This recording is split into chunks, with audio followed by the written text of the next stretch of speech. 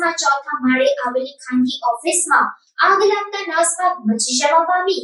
વડોદરા શહેરના ઓપી રોડના કોમ્પ્લેક્સના ચોથા માળે આવેલી એક ખાનગી ઓફિસમાં બપોરના સમયે આગ લાગવાની ઘટના બનતા નાસભાગ મચી ગઈ હતી। કર્મચારીઓ સમયસર નીચે ઉતરી જતા જાનહાનિ થતા રહી ગઈ હતી।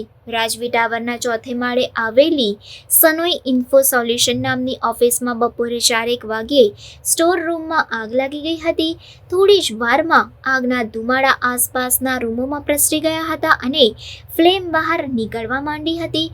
આખું બળી ગયેલું વાયરિંગ જોતા સ્ટોર રૂમમાં લાગેલી આગનું પ્રાથમિક કારણ શોર્ટ સર્કિટ હોવાનું મનાય છે। આગમાં કોમ્પ્યુટરો તેમજ અન્ય વેસ્ટ સહિતનો સામાન ખાખ થઈ ગયો હતો।